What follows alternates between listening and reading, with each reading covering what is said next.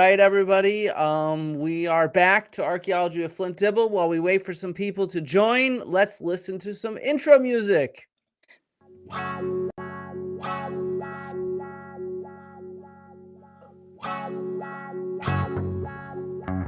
kind of setting the mood, right?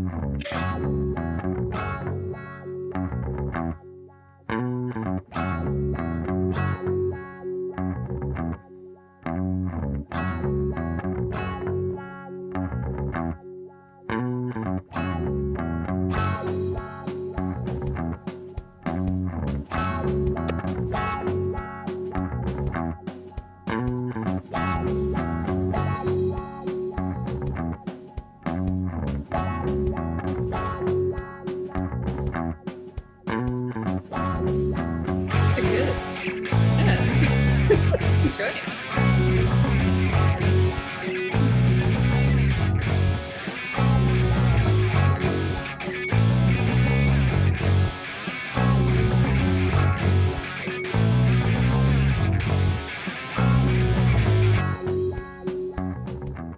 Okay, welcome back to Archaeology with Flint Dibble, and I'm here with a good friend of the channel, Dr. Hilary Leathem. And I said that right? You got it. Good. And she likes the music, so I don't know if Hussein, if you're listening, but she likes your musical style. It's my friend that made that song. He's also an archaeologist, but he lives in Athens. So Dr. Leathem or Hillary joins us from right now. You're where, in California or something like that, but right now you're leading the Mitla branch of this University of Exeter project, Imagining Futures Through Unarchived Past Initiatives, and you're working on digital repatriation and things like that. And we'll get into a little bit of a conversation on what all that is.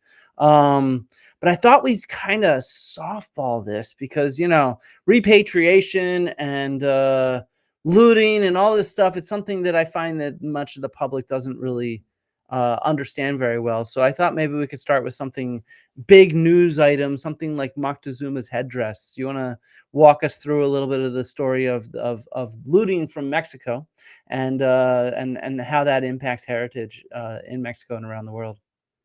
Yes. Happy to start with Montezuma's headdress, or alternately, I guess people now just basically call it the penacho because we actually don't know if it really came directly from Moctezuma.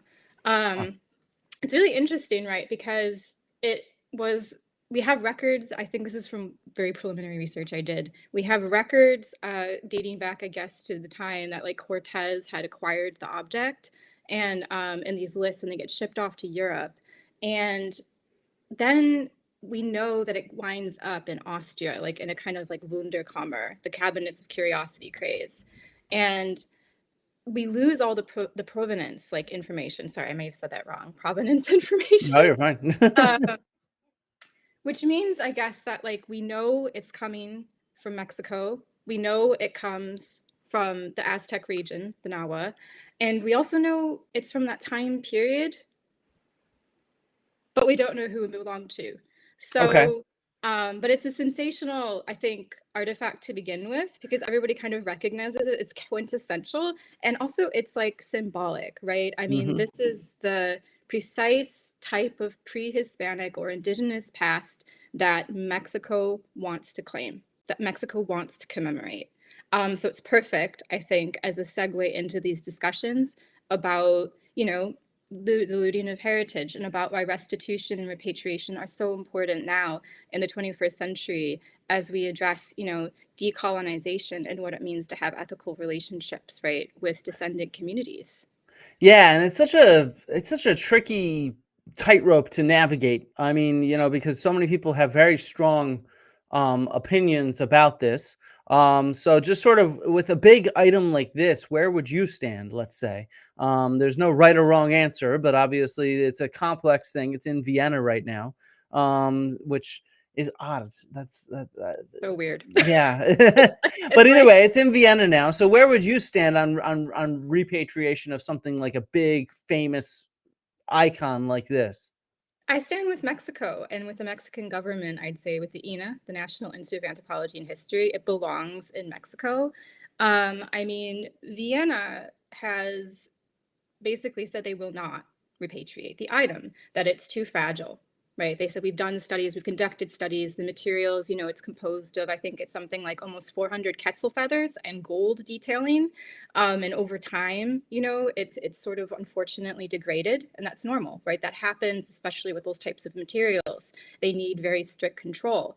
But they're saying in Austria that if we ship this to Mexico, it may not, return as the kind of whole headdress. But does that really matter? I think maybe not, right? It's more important that it's on view and that Mexicans can access it and see it. Now, I have a problem with the fact that, like, we don't know the exact provenance, like who did it belong to. I would argue kind of along the lines of what Sandra Rosenthal has said. She's one of the anthropologists who's spoken openly about the Pinocho, where it probably should go to like a community museum. Like if we were able, say, hypothetically, to trace that object biography back, we could do that. But for now, I think what would happen is it'd be in the Museo Nacional. Yeah, that makes sense, and it's difficult. So just to bring up a couple images from codices, these headdresses were not the most uncommon thing. No. So, for example, this is from the Codex Borbonicus, and it shows it's probably a pre-Hispanic Mexican manuscript, and it depicts a dancer.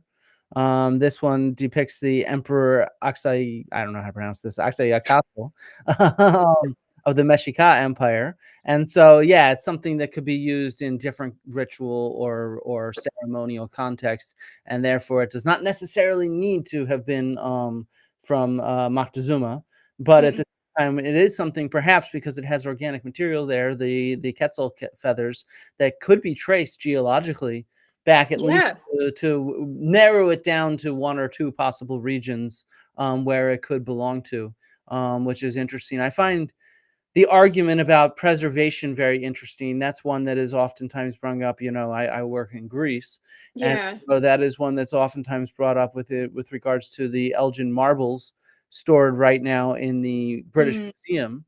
And I mean, even here you can see just the makeshift way that the British Museum tries to keep this room climate controlled. When I've been in this room, I don't know, 5 or 6 times, and it is always packed. It is always extremely humid.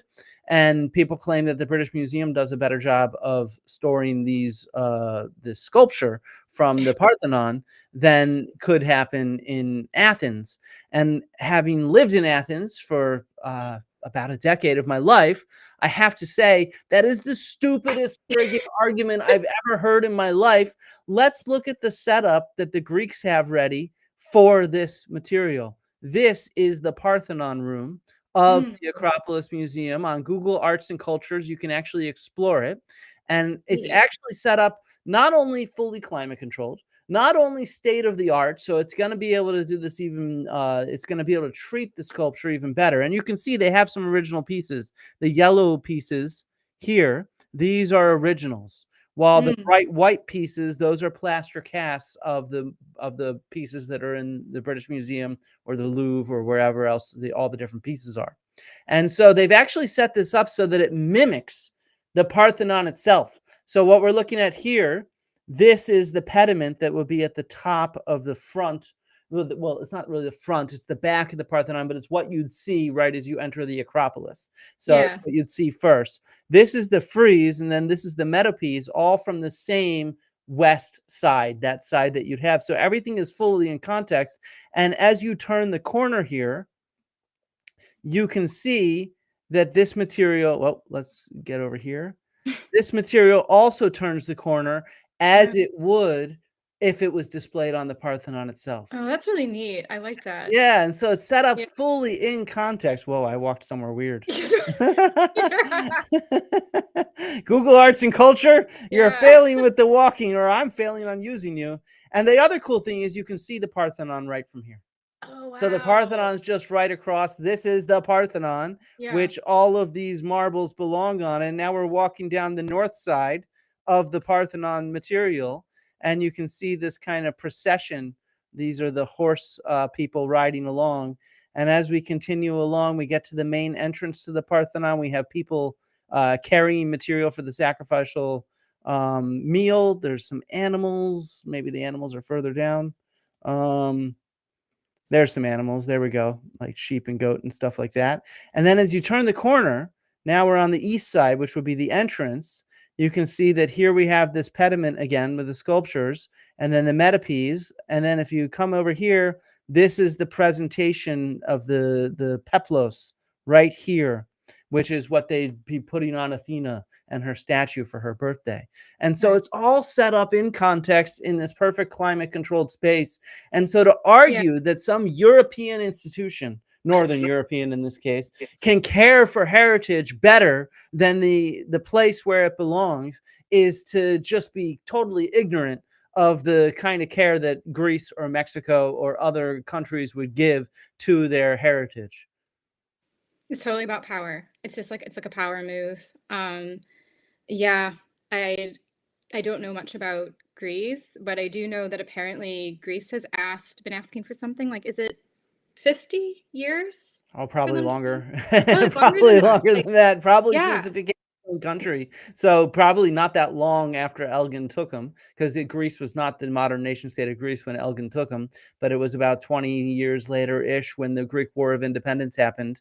And yeah, I mean, it has always been the icon. As soon as the Greek state actually had a debate over where to make its capital, but once it chose to make its capital in Athens, that was the icon of Athens. And so it's y- like, and the yeah. British Museum, people say, oh, but the pollution in Athens or junk like Oh, that. Like, the British Museum scrubbed it with acid back in the 19th century, ooh. removing most of the traces of paint, for example, on these, because these were painted in vivid colors and all this kind of stuff. It's not like it would have been preserved any worse in Athens. And this argument just falls flat. But everybody always makes this argument about repatriation.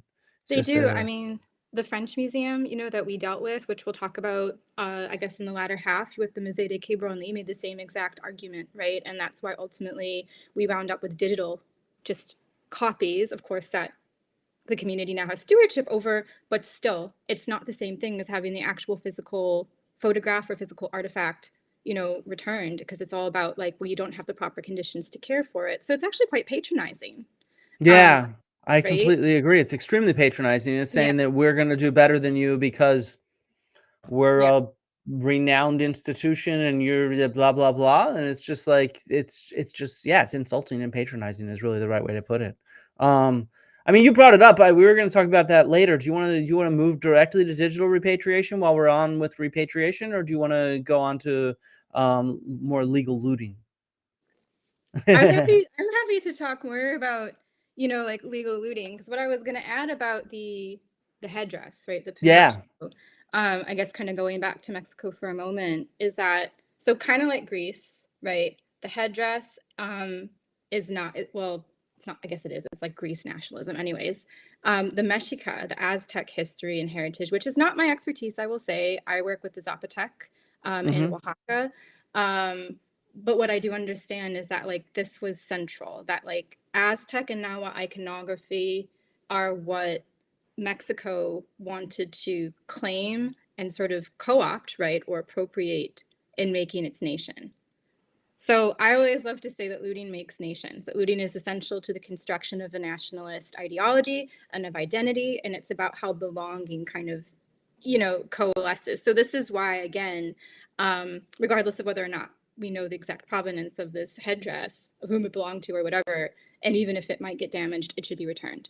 Um, Yeah. but yeah, I would love to kind of like, yeah, go into more about kind of, yeah, legitimate I think looting. you're right on this idea that looting makes a nation. Certainly in Greece, it was the same thing as the Greek War of Independence happened, and then later on the Greeks and the Turks had several wars. And whenever the Greeks took over new territory, the archaeologists would be quick to follow to Yes, to show that the Greeks have always been there, that kind of thing. And so it was, which of course, so had lots of other groups, depending on how you define always. And so this was a common thing that on all sides, and we can see this today. At some point, I need to do an episode on Gaza and yes, archaeology, because that's a really important one where you can see the role of archaeology in claiming land in this Israel-Palestine conflict. exactly. Um, I so have it's yeah. oh, I'm sorry. Go No, go go ahead. on. Yeah. I have a piece, well, I had a piece that came out last year of March in Al Jazeera about why archaeologists must speak up for Gaza, that was kind of specifically about that, about what the Israeli state was doing, that, you know, basically cultural heritage destruction is very dangerous and it could be interpreted as genocidal, right? Because it's this erasure, it's the silencing of a particular past. And if you wipe that out, and if you know, that allows you to make a stake in territory, in land. Oh yeah, that's that's my piece. There you go.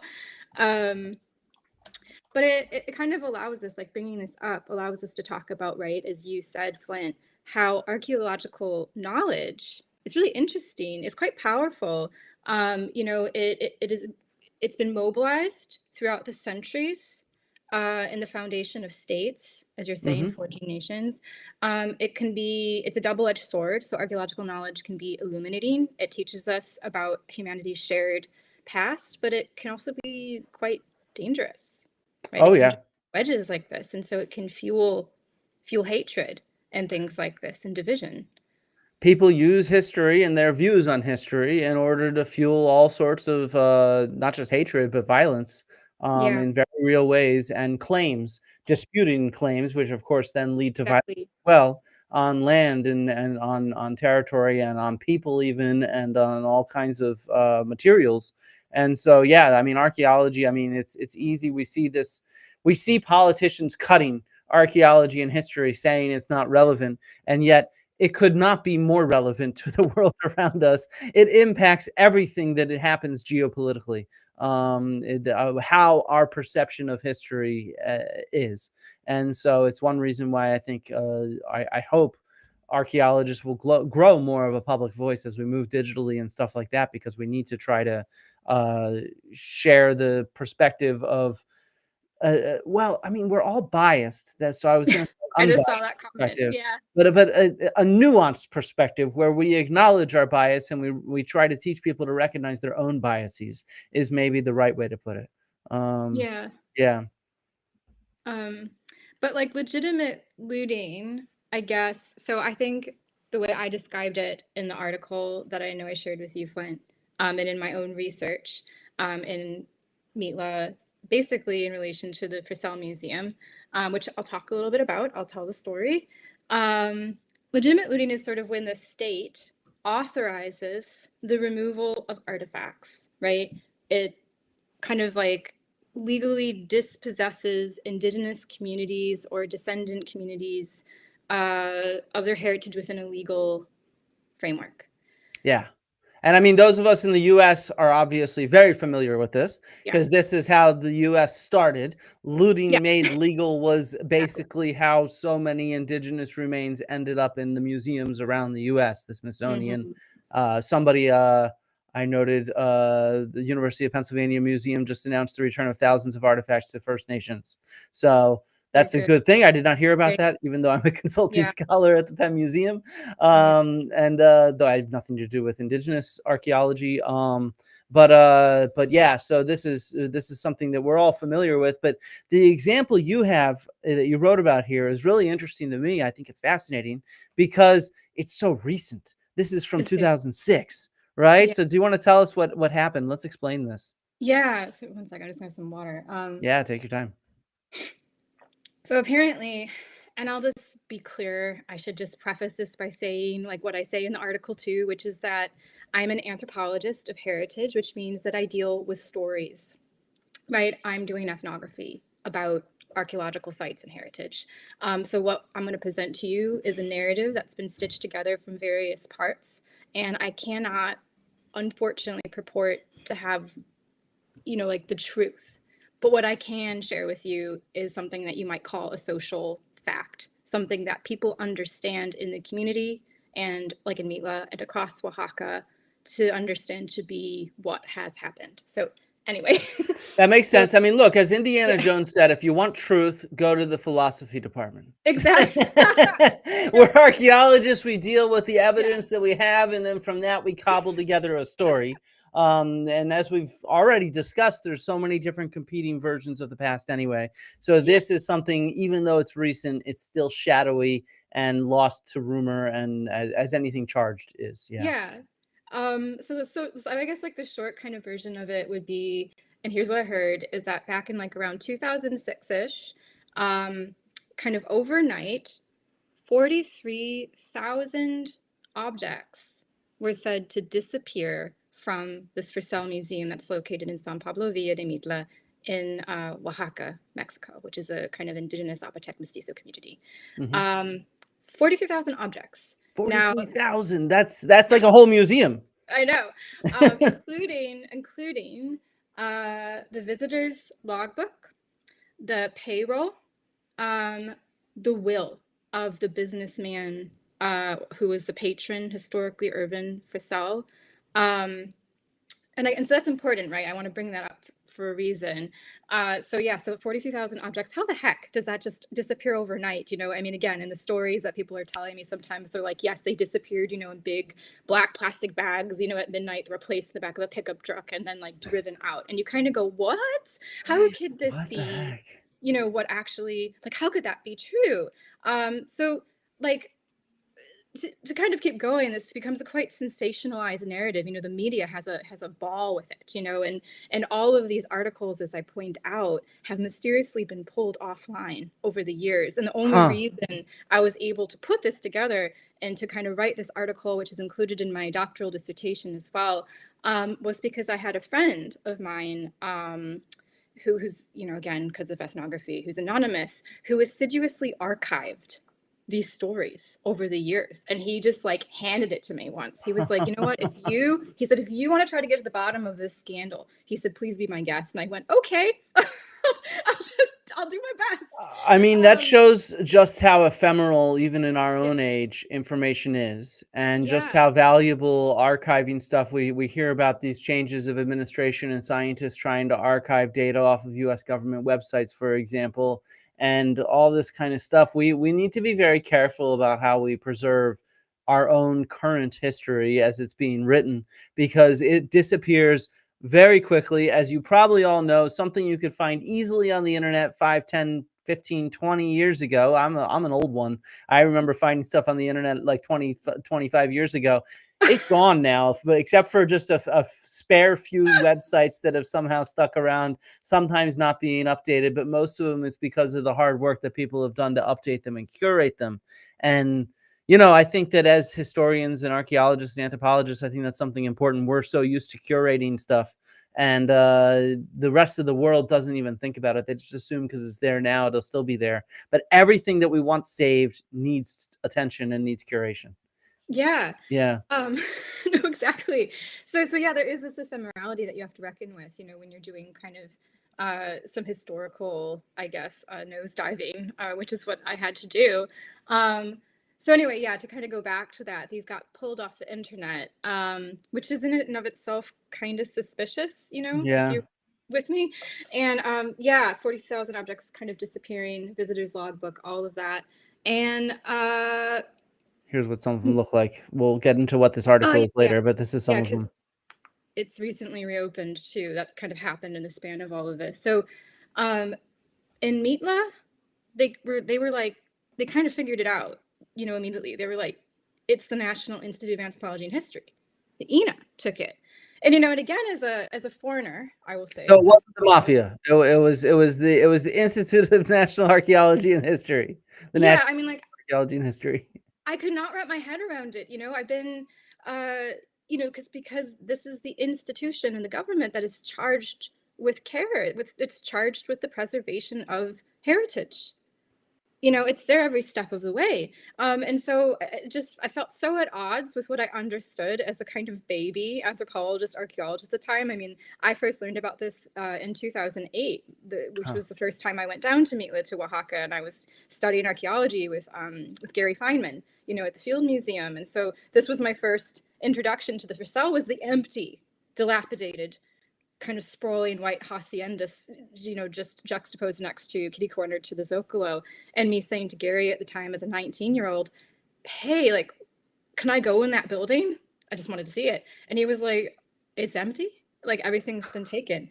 Yeah. And so to Can't kind of even jump imagine it. back to that, the Meatlennials were right, when they said the INA took it, because at first the media was like, well, this is a mystery, and then the INA responds, and like an official like spokesperson says, well, yes, we did take it, but we took them, right, because they need to be cataloged, because they need to be properly cared for. So this goes back to exactly what we started with, right, where the INA was like, well, you know, this collection is not getting the care that it needs because it's in this small museum in a community that isn't getting a lot of foot traffic. I mean, at this point in the early 2000s, so it's around the time when Oaxaca actually had a lot of political unrest. And so there wasn't a lot of tourism. I mean, now it's completely different. I mean, as Marika knows, and you may be aware too, I mean, Oaxaca is a hotspot, you know, for tourism. Of course. But anyway, yeah. Someone in the chat mentioned they're going to be there in a week or two, in fact. Yeah, So, yeah. it's super popular, like mezcal, the food, its heritage, everything about it. It's a wonderful place. But anyway, so the INA admits we took them. And of course, Mitla is like, well, when are you going to give it back?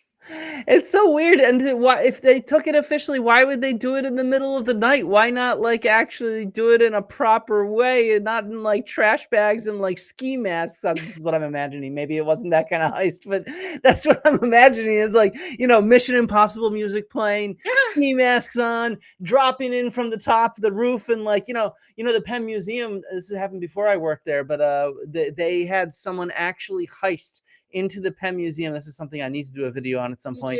Literally Mission Impossible style, like from the roof, drop in to get past security and all the alarms. They stole this, I think it's like the second largest crystal ball in the world. And they stole it. And then later that year, a year later, this is like the 1980s, a professor from the Penn Museum was down in South Street in Philly at one of the flea markets, and she saw it. And she reported it to the authorities, and they got it back. It's on display now in the Penn Museum. But it was like a whole Mission Impossible style heist. And then they sold it like to someone at like some antique flea market type thing because they couldn't sell it because it was such a well-known thing. But why would the National Institute, the National Institute for Archaeology and History, why would they do this in such a shady way if it was a legit thing? I mean, is it just because they knew the locals would be pissed off? Like, it's the only thing I could think of, I suppose. They knew what they were doing was wrong. Yeah, there's historically tense relations. And actually, like Marika's dropped into the chat too, like she's correct, you know, this is part of the nation building project, you know, that stems from the Porfirio Diaz regime. And like, you know, this is probably an appropriate moment to just say that under Porfirio Diaz, he's the one who he was like, okay, so how do we create like a cohesive, you know, Mexican identity? And so he was like, I know, I'm going to ask an anthropologist to design this. So Manuel Gamillo wrote a famous book in Mexico called Forjando la Patria, I think, or Forjando, sorry, my brain, as you know. But anyway, and he was trained by Franz Boas, I believe, at Columbia. So like really old school Boasian anthropology. And so Gamillo kind of gets this idea that of mestizaje being, you know, this kind of blending, this fusion of all of the different indigenous cultures and civilizations with, you know, whiteness, with the descendants of Spanish, and also with, you know, the Afro descendants as well.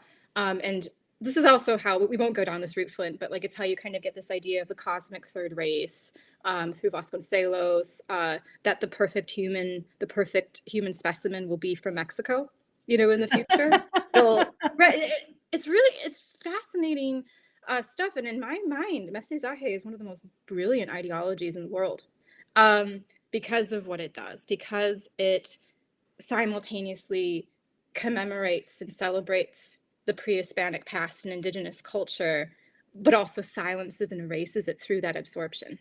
Yeah, it's a powerful sort of way of doing things. It reminds me sort of a Soviet ideology to a certain degree, where they're sort of, they have their local heritage as well, but it's all then subsumed by the international Soviet Union type thing, the new nation they're building. Yeah, I don't know. It's just vaguely reminded me of that in the way you were describing it. But yeah. I mean, maybe it's even similar to a certain degree to the idea of American melting pot in a sense, where different cultures, they celebrate where they come from, but they all melt together into this Hmm. melting pot of Americans. So yeah, there's something there about these modern states that try to celebrate the unique pasts of its peoples, while at the same time trying to mash them together in a sense. Hmm. And it's just like, as I kind of say in the article, it's critical, like that formation, if you can think of it that way, that conceptual framework relies, right, on archaeological knowledge. Hmm. That's why they have the National Institute of Anthropology and History, and it's so formalized. I think, it's formed in 1939, and it might be one of the first, I think, in the world to sort of, create a kind of bureaucratic institution, um, that's with the study of, like, ethnography and archaeology and history and all of these things. And yeah, and so Mestizaje, I kind of say, is working in tandem then with this legitimate looting, Yeah, right? yeah, Yeah, yeah. yeah. There's something similar in Greece. Sorry, just to interrupt you really quickly before you No, move on. no, that's good. Yeah. Some cool stuff is the National Museum in Athens has all the gold from Mycenae on Oh. display. And this sort of made sense for a while Mycenae did not have a very good museum. But now it has a superb, fairly new museum. Must have opened about a decade and a half ago. Mm-hmm. Um, and it's fantastic. And now that at the new museum, they have replicas of the gold that's stored in Athens on display in Athens. And Oh. so it's kind of funny how there's a parallel thing going on where in Athens there's replicas of the Parthenon marbles that are in the British Museum, but in Mycenae there's replicas of the gold that are in Athens. And of course, the people that live in the modern village of Mykonos, which is modern Mycenae, they would love to have this material return, and they probably could keep it for now. Though I can sort of, I guess, it has been in the National Museum for a while, and it's not as much of a touch point as the example that you're talking about, because the people who live in Mykonos, they don't see themselves as Mycenaean, they see themselves as modern Greek. So it isn't so much about their heritage that they want it back. It's more just to have a little bit of pride, as opposed to sort of, there isn't that kind of tension, if you see what I mean. In this Mhm. case, like this was not stolen in the middle of the night or anything like that. It was yeah, so very, very different, but it does show that similar-ish stuff happens elsewhere. But Yeah. yeah, but this is just absolutely nuts. So did they do the same thing? Did they put this on display in the National Museum? Is that what they did with the material? What did they do? No, they didn't.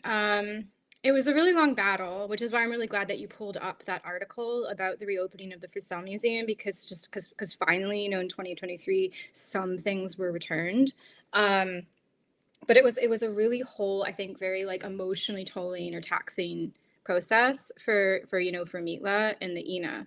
There was just a lot of like back and forth with people saying, well, when are you going to give it back? The artifacts were never on display.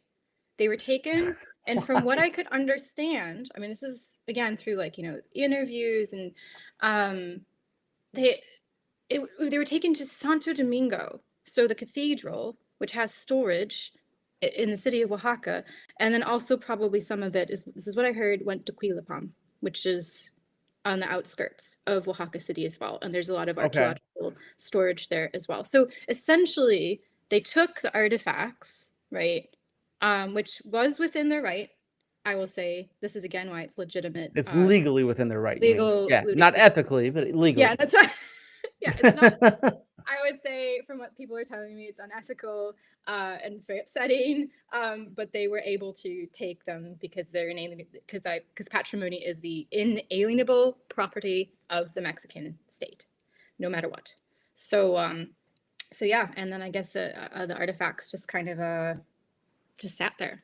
Just from what, It's so weird. yeah, Why take them off of display in order to just throw them in some storage depot other than to, like, piss off people? I can't even understand that. it's really strange. And I think, like, again, when you have a sampling of interviews, like, you kind of have to see like what lines up. And I think there were only a couple of interviews out of about, I took like how many, 48, it doesn't matter. But only once or twice did I hear someone justify that this was because they were like cataloging. you know, the artifacts or something. The other times, what I was hearing, so 80 to 90% of the time, was that everything had been destroyed. Not the artifacts, but the paper trail. So the information about how the artifacts were acquired was destroyed, the object biographies, if you will, their pedigrees. And that's really, as you know, as an archaeologist, essential information that Yeah. we need to have in the record. We should know, like, where does it come from? Where was it dug up, and how and when and by whom? So I that mean, if info, you're doing that, to me, that's just cultural vandalism at this point. Like, that yeah, is straight up cultural vandalism. Like, all right, you have claim over these objects, but you certainly, I cannot imagine, have the legal right to destroy the documentation around them. yeah. That to me is straight up cultural vandalism. So someone brought up, before going further, you should ask Ina what happened. And I will say I absolutely asked Ina multiple times, as did my friends. And my friends who worked for Centro Ina Oaxaca, when asked, were told, do not ask about the Frissell collection, please. Yeah. So this is information, right, that was not accessible, unfortunately. You know, you do your due diligence when you're doing ethnography, very Yeah. rigorously. I've been working in Oaxaca for 17 years. I might not look like it, but like, yeah, I arrived when I was pretty young. But yeah, I mean, for something as sensitive as this, like, you know, yeah, did that. And Ina was like, you can't ask about this. Yeah. Now, Ina's done a good thing, because recently in 2023, it put funds towards reopening it. So actually, I'm really, really happy about it. But And these are only some of the 40, objects that are back. By the way, yeah, I asked Hillary for more photos of this stuff, and this is one of very few photos that exists of some of the earlier exhibitions, yeah, just to give a sense of how much was there and what was taken. And the new museum, out of the 43,000 pieces that were taken, how much has been brought back? 41. 41,000. No, 41. You mean 4,100? No, just 41. Just 41 out of 43,000. So not even Yeah, 1% of yeah, the pieces that were taken have been returned. yeah. And so Wow. from what I know, because again, like the article, right, you know, it was written in kind of around 2019, 2020, and that's how long it takes for things to be published. The reopening happened in 2023, and I know from friends, specifically from like my collaborators on the digital repatriation in Mitla, um, that, you know, the members of what you call the kind of bienes comunales, the comuneros, so kind of people who've been elected locally to be stewards of culture, to care for the land, they tried to negotiate, right, to have more returned, but this was what was given. And from what I make of it, it's possible that there will be, like, you know, another installment, say, of artifacts that will be returned. And when I visited, I did see that there were some boxes in Okay. the storage area. But according to the person who gave me this tour, who is he's currently the curator of the Frissell, he told me that those boxes were, I think, storage from another excavation. So I don't know, but it is an appallingly sad number to get only Yeah, 4. only to get back 41. And I mean, there are, I think, more than 41 pieces in this one photo of Howard Lee here. Yeah. Like, so, you know, this one, I bet you if we counted them, we count to more than 41. I'm not 100% sure, but I'm fairly sure if we went and counted all these. And so it is really appallingly nothing. And it's not enough for a proper exhibition to give context, nor is it enough for researchers to have access to the material to study it within its own context as well. You know, I'm writing a book, and one of the things I try to describe is sort of, you know, if you want to study archaeology, you need to understand the context and you need to look for patterns, Exactly. right? Yeah. And so that means you need large quantities of material. And like, let's say you want to study the Parthenon, we were just talking about that. To study the Parthenon properly, you pretty much need to travel and have behind the scenes access to like 13, 15 different museums around the world. Oh my And gosh. and if you wanted to measure the different pieces and Yeah. actually try to come up with something scholarly and new, which people do. And so it's like, this creates that kind of situation where the paper trail's gone, so being able to track down this stuff becomes mostly impossible. But B, even if the paper trail is there, the distance and the different bureaucratic hoops that a researcher would have to jump through if they wanted to study this material is absolutely insanely difficult. I know. Yeah. It's just really, it's a very, I guess you can call it extraordinary, example or case, like highly, I would say almost highly unusual. Yeah. With the kind of like murkiness that they created around it for no reason really at all. And like that story or rumor, we'll call it, that I heard about the will, like also being destroyed, of Irvin Frissell, who was the businessman who founded this museum and kind of helped put the collection together. It's important, I think. So whether or not the will, we'll just say, was actually destroyed or not. What the will stipulated under Frissell was that upon his death in 1959, that the materials, the collection, would never leave the building. They would stay there. They would not leave Mitla, but that the ownership would pass on to Mexico City College. Okay. So at the time, Mexico City College, this is what's now UDLA, which is the university in Puebla, which has two branches. But anyways, I think what's important about that, the fact that it passes to the Mexico City College, is that then we have all these scholars passing through, like art historians and archaeologists, using the collection precisely as you say, because it was one of the most complete ones in the world. So what better place than to study Zapotec iconography and chronology and the classic and post-classic and all of those things, and to learn even about cosmovision, right, about ancient cosmology here. So with the will destroyed, I think it made it easier, right, for it to seem, again, like something is kind of fishy here, but it also makes it then easier for them to say, well, this belongs to the state. But actually, and this is again why I call it legitimate, is that according to the Mexican Constitution, it does, and it always will, because they're artifacts and they were found in the ground, they were found in the soil.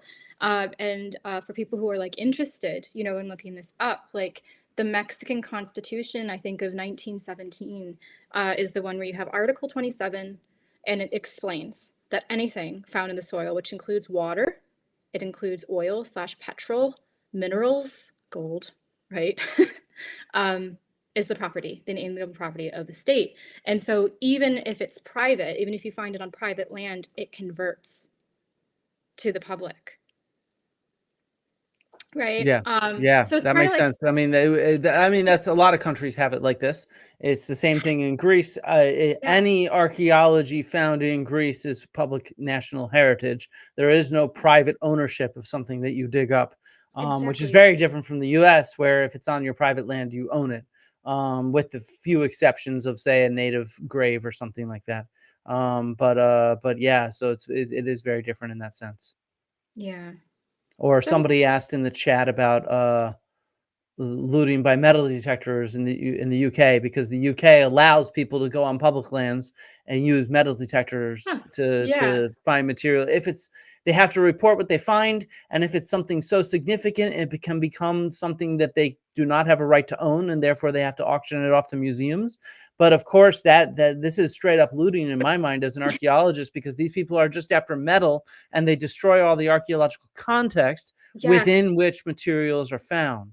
And so that's not very good either, as we're talking about destroying provenance and context from materials. This kind of looting, which is legal as well in the UK, it destroys that kind of context that's useful for researchers or for people to understand those objects, which could be a major national heritage after all, or international heritage, or local heritage. And so it's just such a strange situation. So is there any resolution? Do you have any sense of what's happening in the future? You said last time you were there, some new things were maybe about to be returned, or they had been, or ongoing. It's just these okay. ongoing kind of negotiations. So if you think about it, it's almost 20 years, right? So in 2023, they've achieved the reopening, which is fabulous. And the INA is very invested, I think, in like restoring the building and giving things back. But like that first installment, 41 objects, I don't know rumors are that there'll be a second or third. I really, really hope so going down the line. But just looking at the timing of all of that, how many years? Like 2023, that's about Yeah, more than well, 15 years it took to, yeah, yeah. yeah. Yeah. I So mean, I it's just, yeah, it boggles my mind. And especially the secrecy with which they did everything is just so insulting. And clearly they knew they were doing something wrong. Otherwise, why keep it secret? Why destroy the paper trail? Why do it in the middle of the night? That is sort of a guilty conscience in my mind. You're doing these things because you know what you're doing is wrong, and will be yeah, considered wrong by people. Yeah. yeah. And like maybe the paper trail wasn't destroyed, but as far as anybody knows who's inquired, those papers are inaccessible. Once again, they can't be found, they can't be located.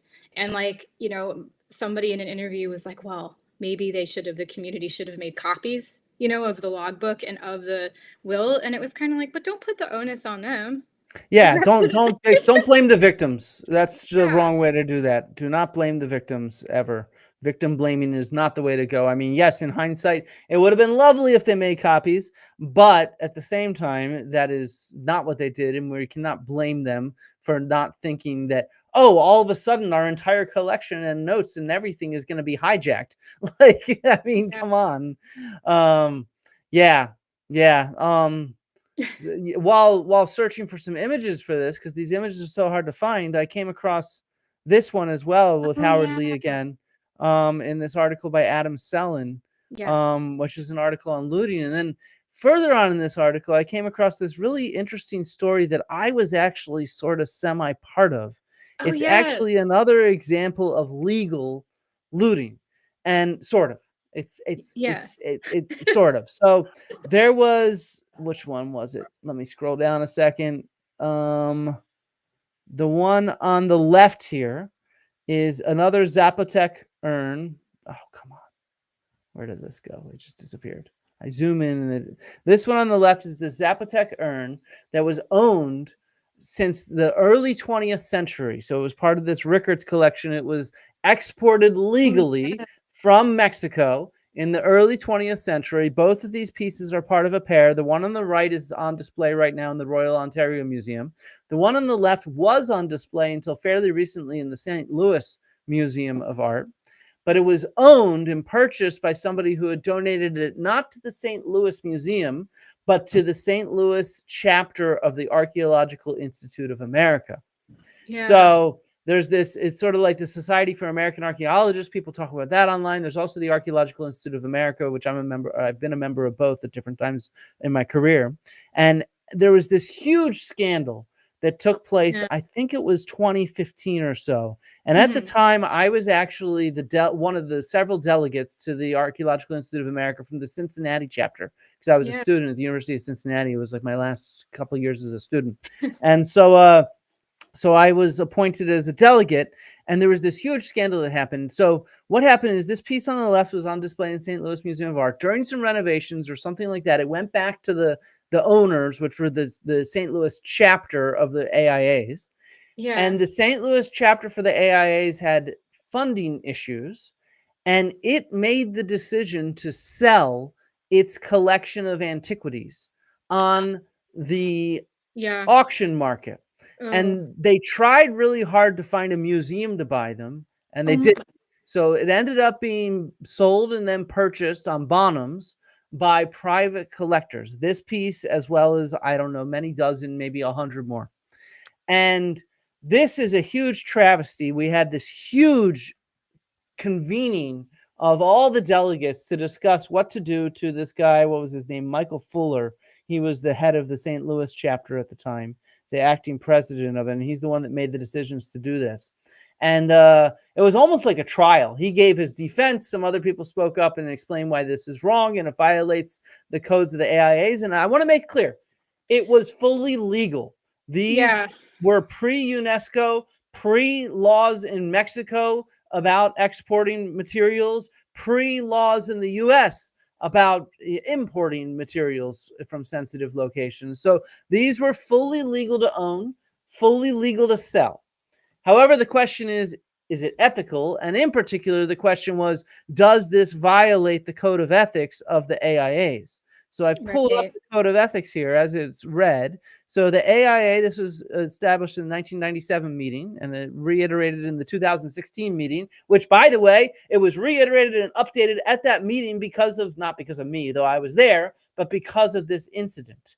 And so what it basically says is the AIAs is committed to protecting and preserving the world's archaeological resources. And so one of the things, many things we cannot do, we need to make sure to seek that the exploration of archaeological sites is conducted according to best practices and under the direct supervision of trained personnel, which is why, as a member of the AIAs, I am bound ethically to be against metal detecting, for example. It is not trained personnel that are doing that archaeological excavation. We also have to refuse to participate in or support work on archaeological sites that's not undertaken under the supervision in such ways. And then refuse to participate in the trade in undocumented antiquities and refrain from activities that give sanction directly or indirectly to the trade and to the valuation of such artifacts through authentication, acquisition, publication, or exhibition. Undocumented antiquities are those that are not documented as belonging prior to the UNESCO endorsement in 1970. And then to inform appropriate authorities of threats or plunder to archaeological sites and illegal. So we determined as a group, it was all anonymous voting, that this was in violation of number 3. Even though this was not an undocumented antiquity, by selling it on the market and giving it a value, it therefore supported the sale of other undocumented antiquities, if you see what I mean. It created a supply and a demand, and it gave the idea that these kind of sales were ethically fine. And so in the end, that individual was sanctioned, and it was due to this number 3 right here. And by the way, since people sometimes ask me, why do I not want to go look at, say, those Egyptian vases that people claim are perfect? It's because I would be booted from these kind of institutions if I did such a thing, even if I'm doing it to debunk their pseudo-archaeology claims that these are advanced vases. These are vases that have been looted and sold on the private market. So I am not willing to have sanctions myself by engaging with people that own privately undocumented antiquities, such as granite vases from Egypt. Whether they are forgeries or not does not matter. They all support and participate in the trade of this kind of undocumented antiquities. So it's against our ethical code of conduct. And this is another example of something that's legal, but ethically fraught, if you see what I mean. And I think, I forget what exactly happened. It was now 10 years ago, and I was a student at the time. I think the St. Louis chapter itself even was dissolved temporarily because of this, as well as the acting president and maybe one other person being booted out of the AIAs for life because of this, for violating these code of ethics.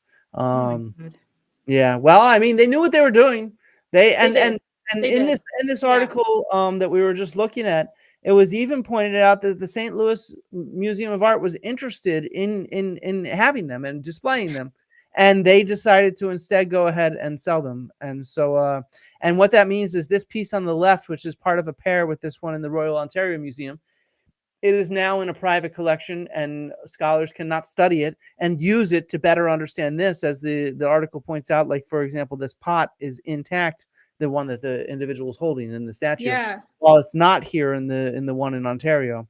And so so they tell about each other. They're part of a set in a sense, and they were exported at the same time, and they were by the same person, Rickards, I think it was. And yeah, and so this kind of private ownership, it cuts off our studying and understanding of the past, just like randomly storing material does as well in that case with Ina. The legality, like, of private collections, I think that's very contentious. Like, should those be allowed? I don't know, like, do you have strong, like, sentiments I should ask before we kind of move on to chatting about repatriation and return? I mean, I agree. I think in general, the private ownership of antiquities and the private sale of antiquities fuels the market, which fuels looting. And I get that. I do wonder if there might be other solutions if we were more creative about it. Like I work at sites where so much material sometimes is excavated that it can't be Yeah. stored properly, so it's buried again. Right. And Yeah, yeah, yeah. to me, and I have to be careful how I phrase this because I don't want to be kicked out of any institutions, but I sometimes wonder maybe that kind of material, that is the type of material that could be sold. It's already been studied. We know the provenance of it, we know the provenience of it. Maybe even when it's sold, it's just little crappy broken up sherds. So it's not Yeah, yeah. beautiful statues like this, but Right. it's broken up sherds, but like I could imagine tourists being really interested in owning a little sherd. And if it's going to be reburied and it's going to lose its context information after being buried for 100 years before someone wants to study it anyway, well, maybe we should be thinking of an alternative that would help placate the demand with ethically appropriate materials, if that makes sense. But I don't know. This is just something I thought of. I had never really thought it through. Like, I Yeah. don't, my ethical issue with people owning antiquities is the antiquities market and how it fuels looting and it cuts off scholars. I don't necessarily have an ethical issue with, especially with there being so much archaeology, for people to own it per se, if it Yeah, wasn't yeah. for the add on impacts of it. I mean, like, I have a giant collection of stone tools, but they're all modern. These are all Right. made by my dad and his students. And so, Okay. Yeah. my dad, they actually tried to found a website once in the early 2000s where they tried to sell these replicas, and they're quite nice, right? He's an expert flint knapper. That's why he named me Flint. And Oh. and what happened is a bunch of collectors just sent him nasty emails saying, "We're not interested in replicas. We want the real thing." Wow. And Yeah. so I mean, nothing happened. It was like, he's like, I study this stuff. I am making the most authentic replica you can have. It's even more authentic than something that you buy on the market that's dodgy, which chances are it's also a replica, but it's being pretend to be authentic. And so, this, at least what it is, who made it, what type it is, what it resembles, and what it represents.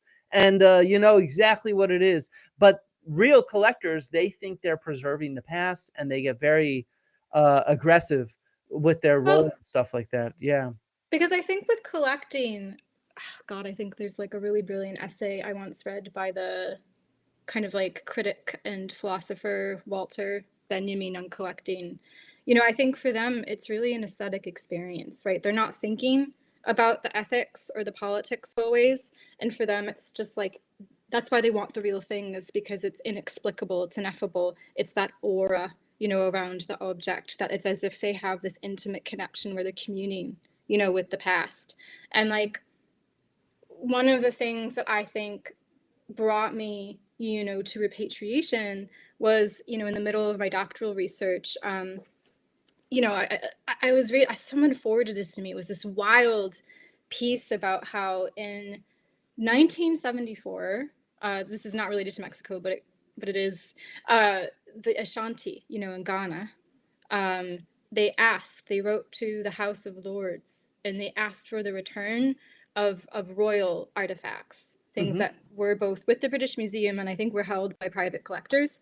And the response of people in the House of Lords, so they were calling it booty, like war booty. Somebody literally said, well, could we keep the booty and return the souls? Because on the, yeah, like the Ashanti were saying, like for them, under like within their worldview, they're not, it's not just art, it's not just material culture, it's, these are they hold the souls of their ancestors. So there's this kind of, spiritual dimension to heritage that the more and more I was doing research, down in Mexico, I realized that so much attention has been paid to development, and so much has been paid to the politics and the economic ramifications of archaeology and of looting and all these other things, but not much has been done about the fact that, like, the reason why this matters, and even so, this is why quotidian artifacts would matter, this is why photographs, which is what we did, would matter, is because it's something that, like, it's emotional, right? Of course. It's like you get, like, just imagine, you know, living somewhere, you know, and it's like the late 19th century, and some random person you've never seen in your life and who you'll never see again shows up and takes photographs. And you don't really know what's going on. And then they also take things, you know, from your community. And then you hear about it later, right? Down the Generations line. later sometimes. Yeah. Yeah. And your request to like access these things is met with silence, or it's prohibitive because you don't have the funds, the money, right? So this is also about how there's continuing power asymmetries, inequity. And that's kind of why, you know, I came up with this, like with my team, this digital repatriation, as I got together with my friends, you know, and in Mitla, knowing about the Frissell, and it was sort of like, well, what can we do? How can we address these problematic, fraught legacies of dispossession and loss that are, in some ways, quite intimately bound to archaeological practice? Of course. Like, this is the extractive, you know, element of a very rigorous form of knowledge production. And it was like, return knowledge, like the easiest thing that we could do. And I say the easiest because because, you know, trying to return material objects, as we just talked about, is really difficult. We need to work with the INA, and then it would be highly likely, and you could read about it everywhere, that the artifacts would never, they would never get to Mitla. They would likely probably get stored in collections, and maybe a few, right, that were repatriated. Yeah, like we mentioned earlier with Montezuma's headdress, it would probably end up at the National Museum rather than the museum where it's from. Yeah, and that's why I like that piece by, oh my god, what's his name? It was in Hyperallergic just yesterday, Hareg Vartanian, about who are museums really for, where he reviews that film called Binigulasa, which is about a similar kind of looting, as it were, or a removal of an artifact. Is so important. So like what we did was something quite different, and it was just like, we identified photographs, right? Well, we didn't identify the photographs, actually. This was like done at a meeting hosted in the town much later, but as a kind of sorry, a preamble to this, it was like, we want to translate an old kind of monograph that was written about the town in 1936 by Elsie Cluse Parsons. Okay. Mitla Town of Souls, that the whole community is quite cognizant of, and they have recent memories of her. It's quite incredible, like, to kind of go there and hear about it. And that text that she wrote, which is something close to like 700 pages, right, was never ever translated into Spanish, let alone the local language of Zapotec. So sort of like the first iteration of all of this, and I apologize for the kind of rhizomatic explanation here, was that really simple. We requested money and funds from the American Philosophical Society to access these archives. And then we got money, right, seed money, to just start this translation with a team. As of now, the entire book, we have her entire book translated into Spanish and excerpts in Zapotec. It's quite amazing.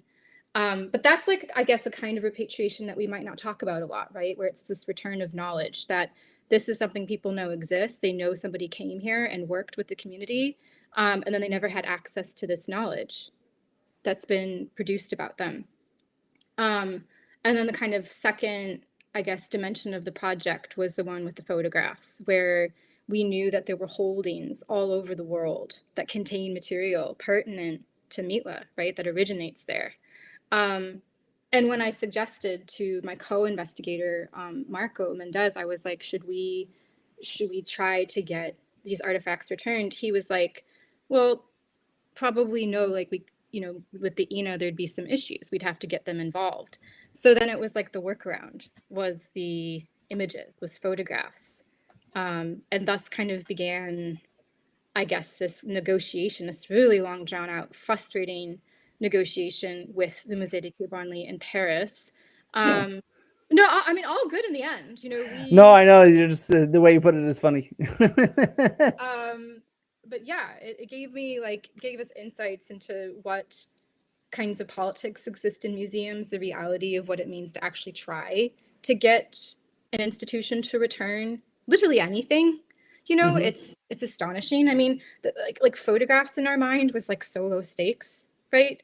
In some ways, it's like you don't have to transport this gorgeous urn, you know, across the ocean. All you have to do is give us some photographs. And they were just like, no, no. I mean, well, they actually said yes in the beginning, which is why we were able to get anything out of them. But like when we got this grant, you know, from the University of Exeter that funded this part, along with the translation into Zapotec.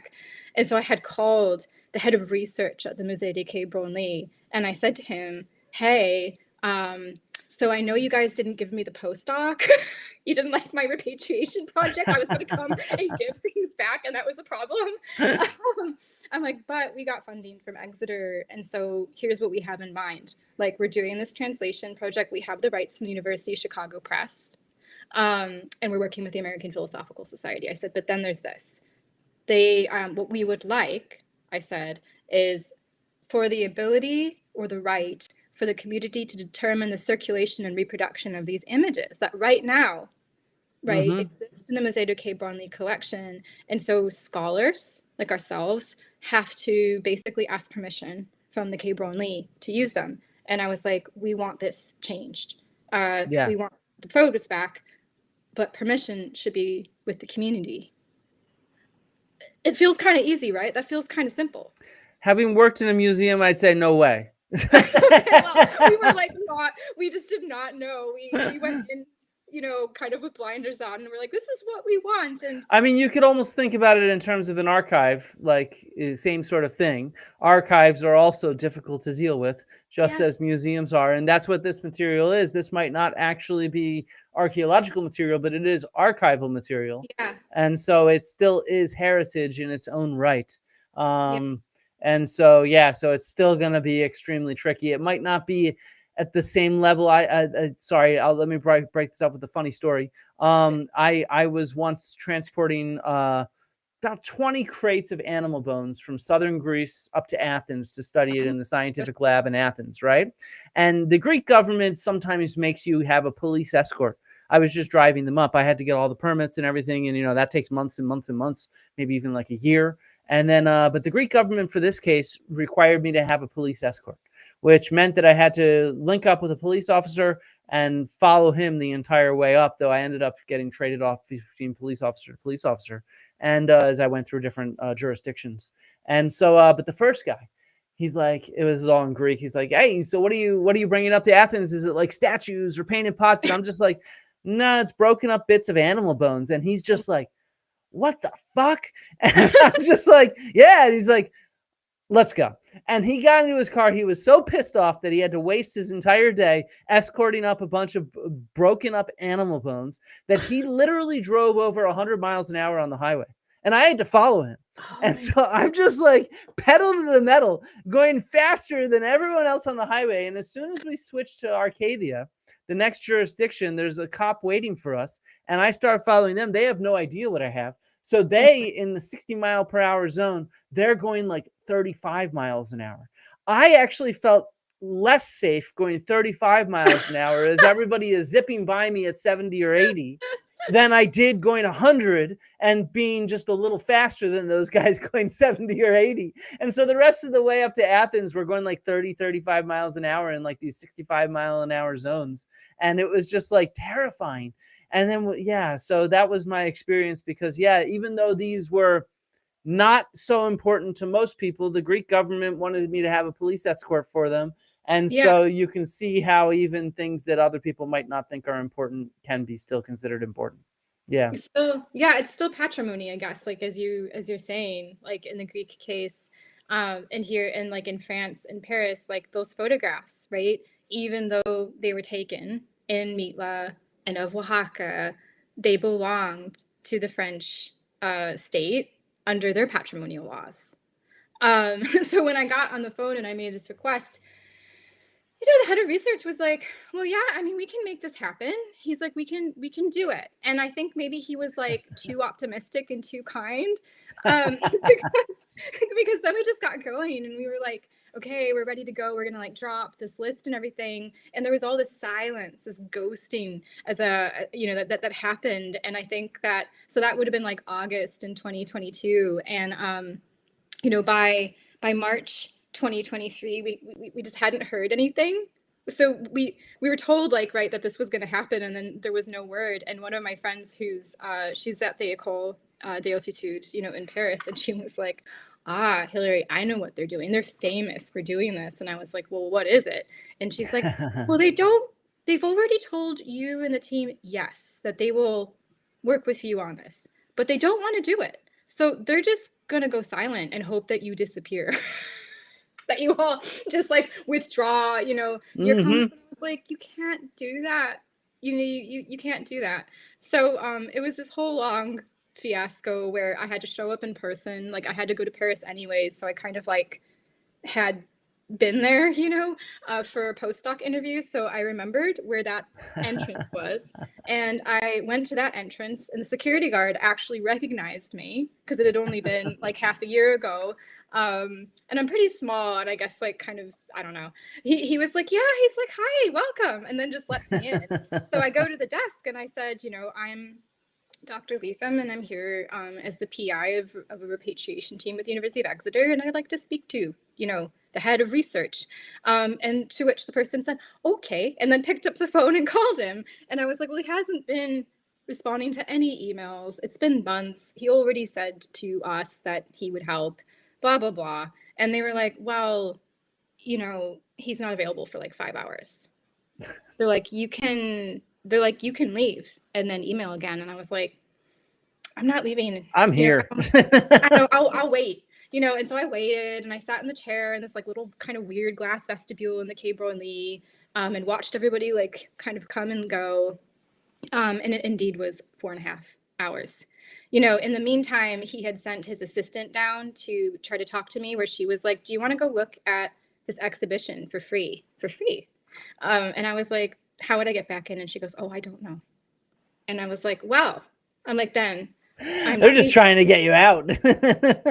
I'm like, I just want to, sorry, I'm not going to leave until I talk to him, as promised. And in the so she went away, and then she came back. And by that point I was reading. I'd purposely brought my copy of the National Geographic with the Benin bronzes on the cover, because the Quai Branly was just getting really positive media attention for having, yes, for the restitution of several Benin bronzes.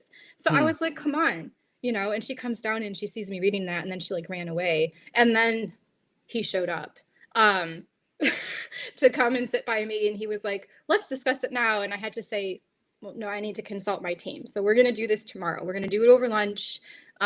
We had the negotiation there, and then we received the instructions of how it would work. And that's kind of when, as you just said, Flint, we realized, right, that however the bureaucracy works at a museum, it will not permit the circulation. I mean, for us to control the reproduction of the images, that they would give us a copy that we could hold in a community stewarded kind of digital archive. But there was nothing more that could be done.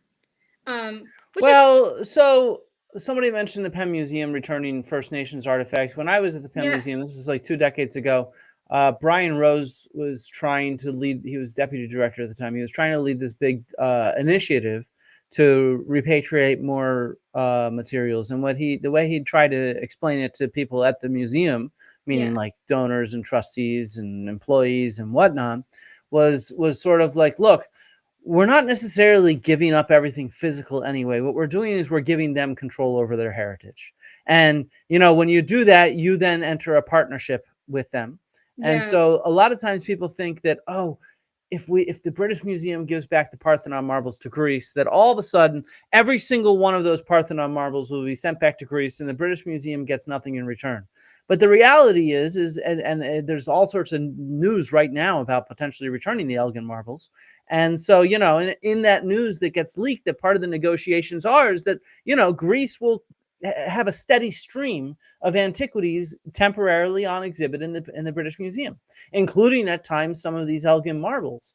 And so, you know, like this idea that it's just a giving up of something and not the creation of a partnership where what you're actually doing is you're giving ownership back to the heritage to where it belongs, but then they are therefore more willing to partner with you to be able to continue displaying stuff in your museum because they want to show off their heritage. As you see, ENA can't display all their heritage. They take stuff off of display. No museum I know of has even the majority of their material on display. Nowhere near the majority of material. It's like usually like 10%, if that. Exactly. And so, you know, there's so much material and so much really good material to display that that it's a shame that these institutions cannot develop these kind of partnerships, because then you could imagine that the British Museum every other year gets a different installment of really cool material from Greece temporarily, which the Greeks own and agree to. And then that's going to bring in more people, locals to the British Museum that can see different stuff every year, rather than always having to go see the Elgin marbles, which don't change. If you see what I mean. Oh, like absolutely. And like, and so one of like the natural things, like, you know, that came out of these discussions was that we set up an MOU, right? There's a contract between Memorandum of Understanding. Marco and the Cultural Center in Mitla and the K. Bronley. It's between the two of them. And like it dictates kind of how they get, you know, 28 photographs that they can hold in this archive. But it's the beginning of like of a partnership, of a relationship. Whether or not that was ideal and what we wanted, you know, we would have preferred more. But like, as you were saying, it kind of brought to mind when you were talking about the Elgin marbles in the British Museum and all that. Are you familiar with the Field Museum? Yeah, of course. Yeah, I'm from Chicago. So I grew up, you know, going to the Field Museum, and my first, like, how I got into anthropology and archaeology was actually through volunteering there. But what they've done recently is they have a really brilliant, there's a brilliant curator, I think she just retired, Alaka Wali, who was doing repatriation efforts and working with like kind of local indigenous communities, and also across like Canada and you know, Native North America more broadly. And what they did is they kind of, as they were like repatriating, you know, like sacred, you know, objects from the collection to the descendant communities, when they would do that, they commissioned really amazing contemporary indigenous artists. Cool. And so they redid the hall slowly over the years, and had these like fabulous kind of openings, you know, with these indigenous artists. So they get new stuff out of it all the time. And I think that's really interesting. And I think that, as you said, is like how you kind of can, at least how museums can move towards these ethical, you know, relations. Yeah. So, and I mean, from what I gather is most employees of museums want to move in this direction. It's oftentimes the very wealthy donors and trustees that are and the executives that have different thoughts on this stuff, which is just so frustrating. that you know, museums are also very much ruled by the elite wealthies rather than the academics and the employees that make up their sort of soul, if you will. And so yeah, it's a real issue. And then here, by the way, you had sent this is the digitally repatriated display that you were able to set up.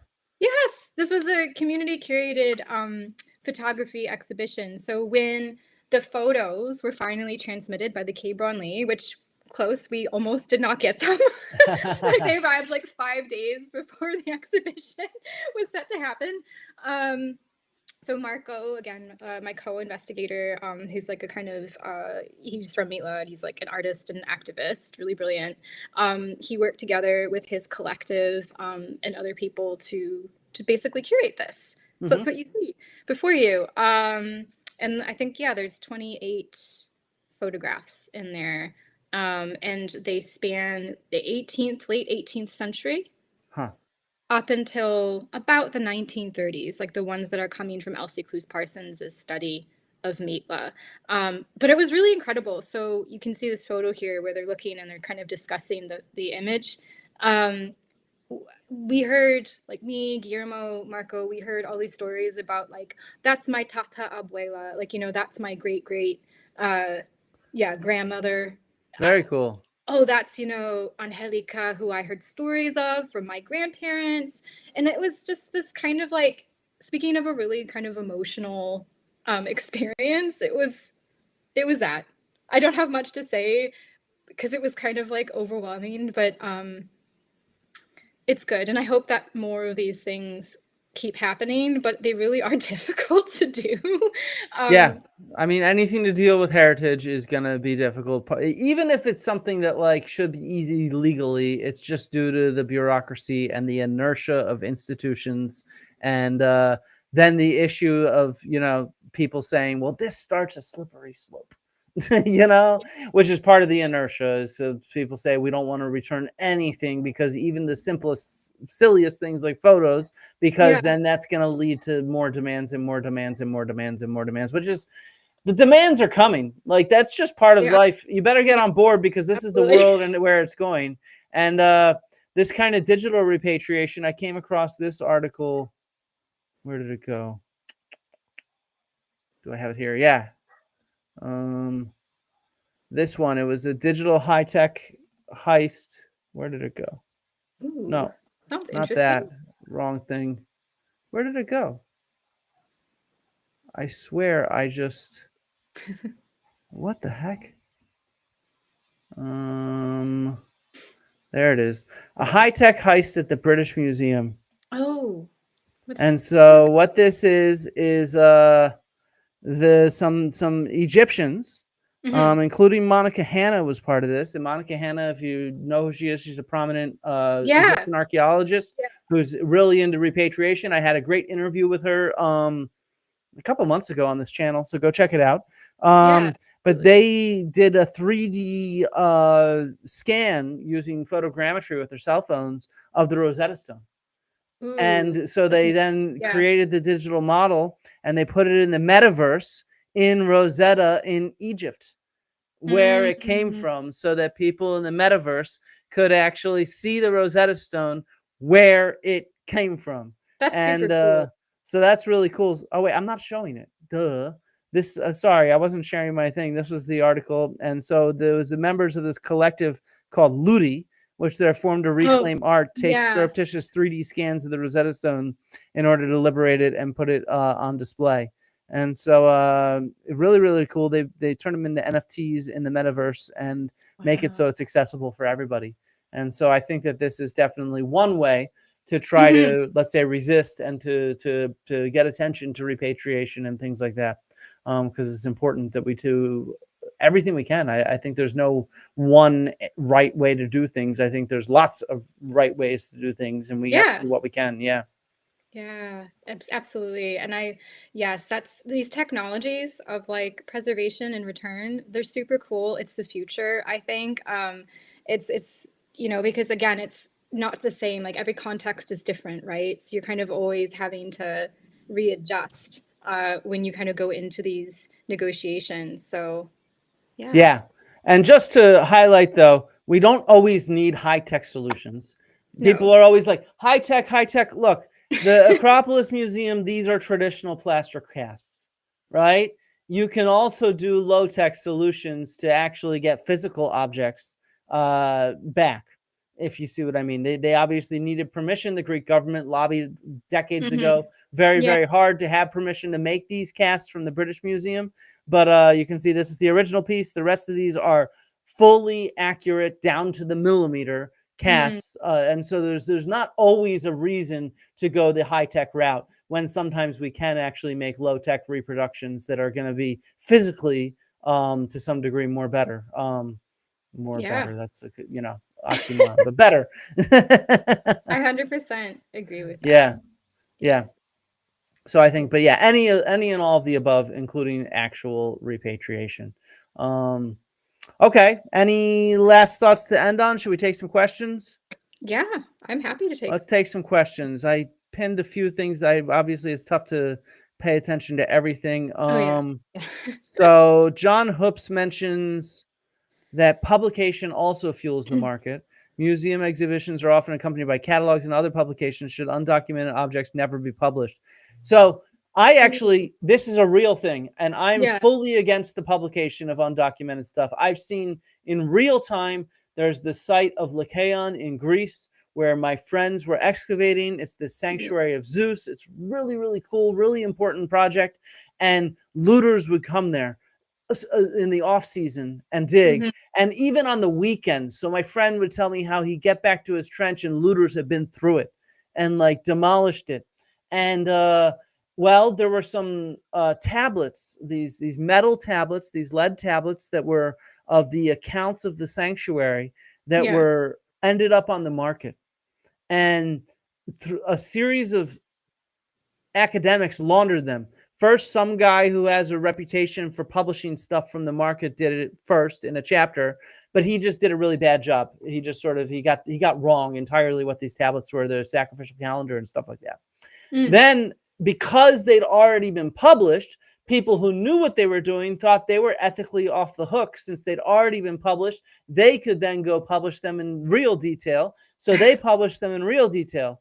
And so what happens is once a private object is published, that means it's authenticated and it's been described properly. So the value of it increases tenfold, 20-fold, 30-fold. Because academics have studied it and published it. That's very different from something that academics have not studied, and you wonder, is this a forgery or not? But it's pretty clear these tablets came from Lycaon, from this site that was being looted actively. And so the publication just helps support the looting. So I am very much against publishing undocumented artifacts. What are your thoughts on this? Mine are very much along the same lines. Like I think for ethical reasons, we should not be introducing them to the public, because as soon as that enters the public kind of domain or the imaginary, you have problems. So yeah, absolutely. Yeah. Let's see. There are a few. Yeah. So here's a good one for you, because I have no idea. Have you commented or know the case of the Coat-Lynchon stone? So I've never commented on it. I know a little bit about it. It's not my area, but I believe that I mentioned her earlier, the anthropologist Sandra Rosenthal, she wrote about that stone. It was, from what I can remember, bear with me, it was, it's this beautiful kind of, I don't remember, it's Nawa in culture, and it was extracted from the town and then brought kind of in a procession down the streets of Mexico City. There's footage in that film Museo I told you about by Alonso Ruiz Palacios of this happening, this kind of ceremonial procession of the stone being brought in, this monolith, and then it gets erected in front of the Museo Nacional de Antropología in Mexico City.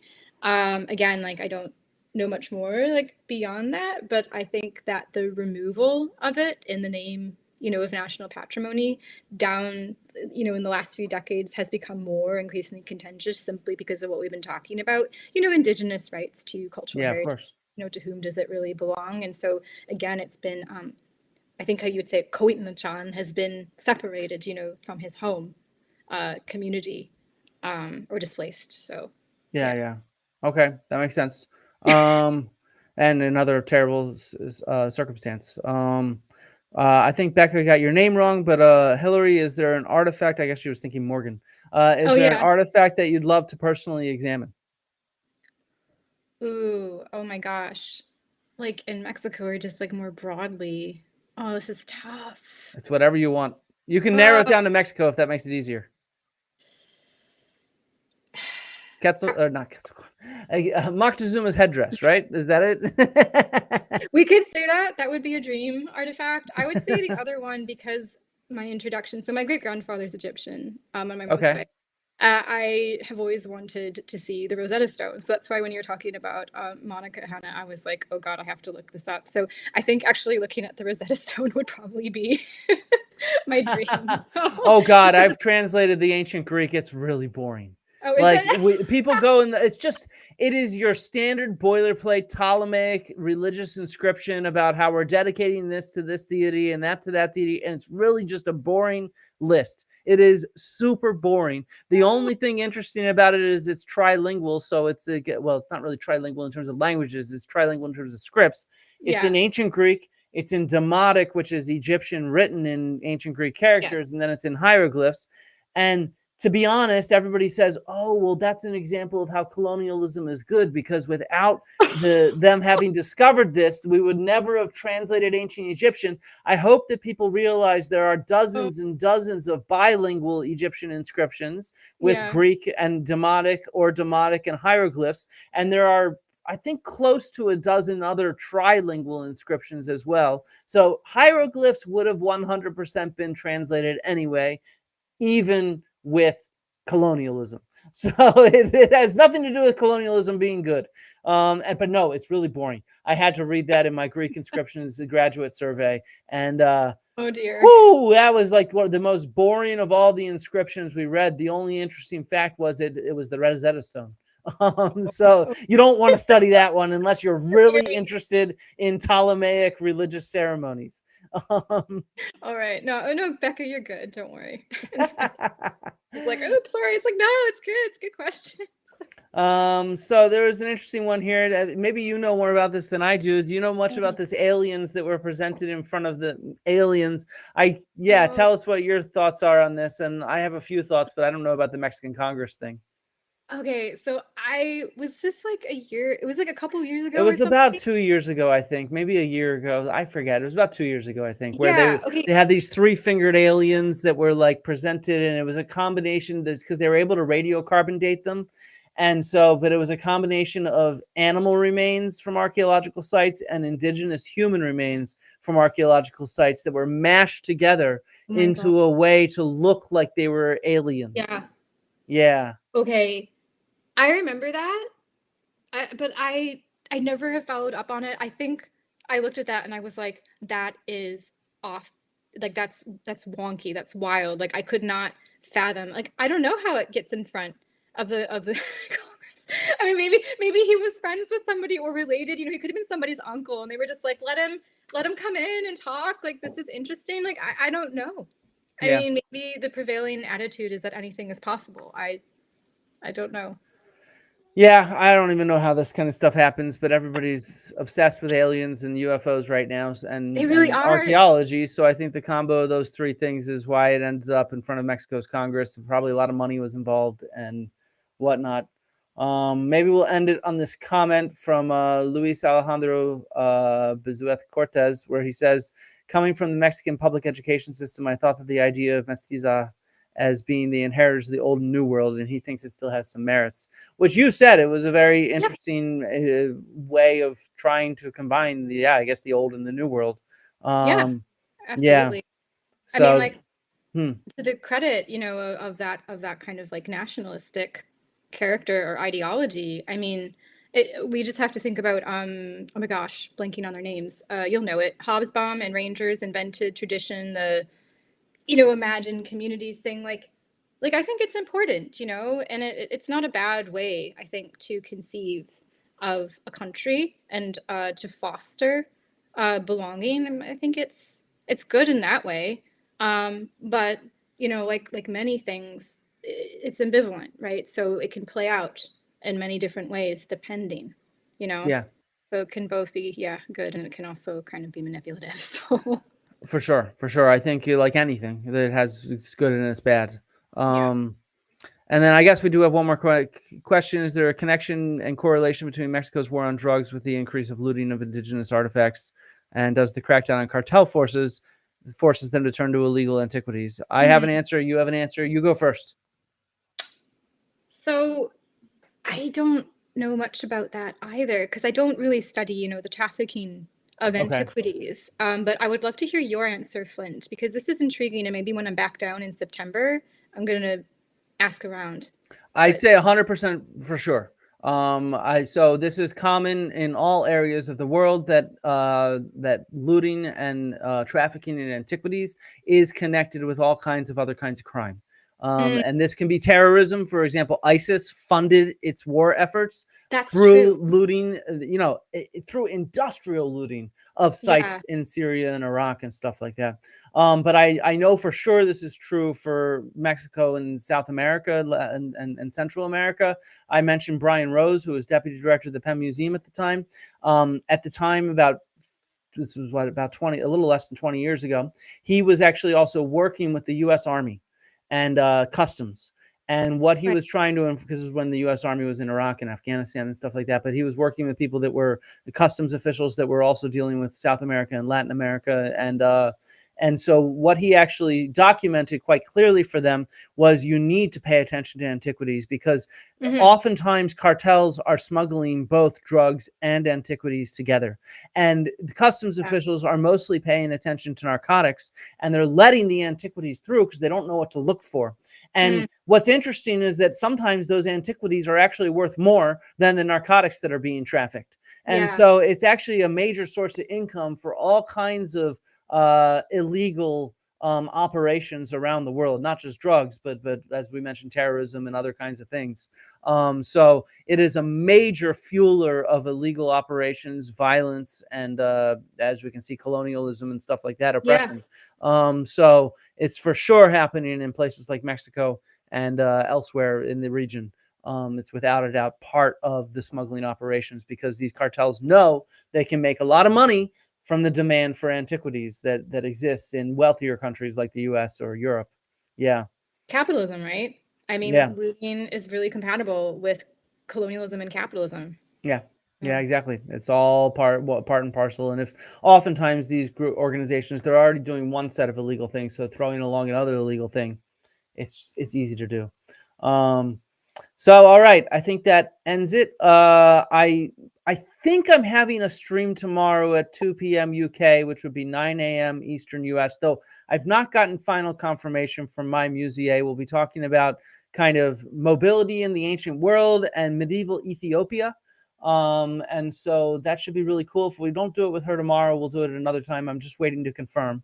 And then Friday, we'll have Dr. Marika Stoll on, who's in the chat right now, and we'll be talking more about Mitla and archaeological heritage from this region. She'll be coming to us from Mitla, so that's going to be really fun. It won't be as much on ethics and heritage and more on the archaeological evidence of what we can say about the past and some of her research. So we're going to get a bunch of different regions represented. We have some fun things happening, and I hope to return next Sunday with old news with Flint Dibble. I'm sorry I had to cancel it. I was not feeling well on Sunday. But otherwise, thank you so much, Dr. Leathem, for coming and joining us. It was fantastic. And when your book comes out, we'll have you back on. Oh, absolutely. Thank you. And Thanks maybe so even much earlier. Yeah, for sure. Yeah, no, I had a wonderful time. Thank you for having me. And yeah, it was a really fun chat. So yeah, exactly. And thank you all, and love and archaeology to everybody. bye. Rhymes and riddles, tickle, tickle, giggles, squiggle, jiggle, fiddle, flint and dibble. Rhymes and riddles, tickle, tickle, giggles, squiggle, jiggle, fiddle, dibble, dibble, dibble, dibble, dibble, dibble, dibble, dibble.